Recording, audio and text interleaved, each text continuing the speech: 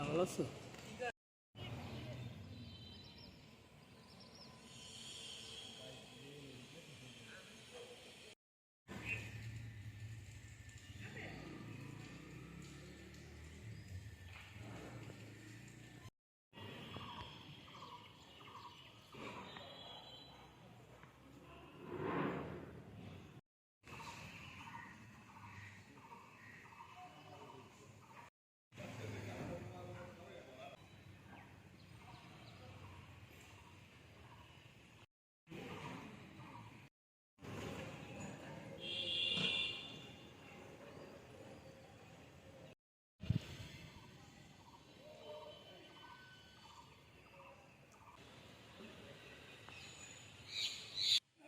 ওখানে 23 পয়েন্ট আপনার।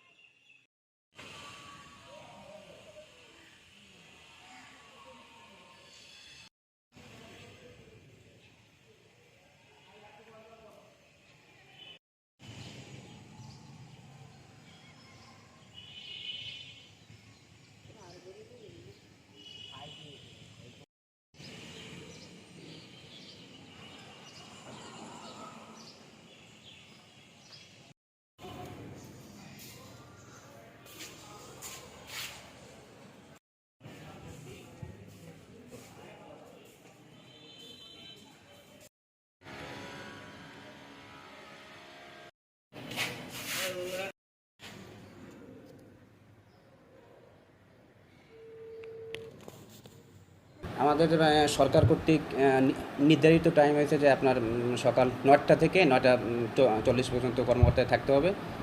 তো আমরা মানে প্রতিদিনই মানে আমরা মানে এই শিডিউল পালন করি, কিন্তু দেখা যায় আজকে আপনারা আসছেন মানে আপনারা মানে 9টার পরে মনে আসছেন না। আমরা মানে আমি ফার্স্টে একবার মানে 9:45 আসছিলাম এখানে এসে আমাদের মানে কিছু দাপ্তরিক কার্যক্রম করছি। তারপর আমার একটু মানে জরুরি একটু কাজ ছিল, একটু বাইরে গেছি, তারপর আবার আমি চলে আসছি।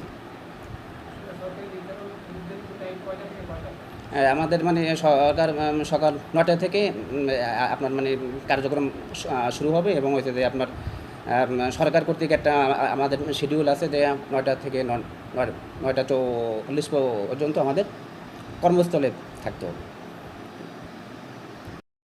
আমাদের 9টা থেকে 9টা 40 পর্যন্ত হচ্ছে অফিসে অবশ্যই থাকতে হবে, এবং আমাদের অফিস টাইম হচ্ছে 3:30। এর আগে যদি কোনো কাজ থাকে 9:40 পরে যদি বাইরে 9:40 পরে আমরা মাঠে যাব, কিন্তু কিছু কিছু ক্ষেত্রে দেখা যায় যে কৃষক মাঠে চলে যায় 9টায় আগে, রোদ ওঠার আগে কৃষক মাঠে চলে যায়। হ্যাঁ, সেক্ষেত্রে যদি আমাদের কোনো পরামর্শ থাকে আমরা 9টায় আগে সেই পরামর্শটা দেই। সেখানে আমাদের 5-10 মিনিট 9টা 5 এরকম বাজতে পারে, কিন্তু আমরা 9টায় আগে সেই পরামর্শটা মাঠে দিয়ে অফিসে ঢুকি। আসসালামু স্যার, আমি নাহিদ বলছিলাম, আরটিভির পিরোজপুর প্রতিনিধি স্যার।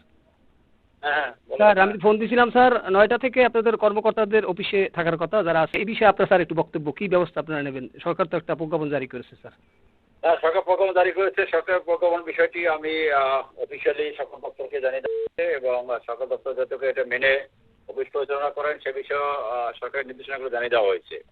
এবং যদি আজকে আইন শৃঙ্খলা মিটিংয়েও আমি এটা মাধ্যমে এটা আমি অবহিত করেছি।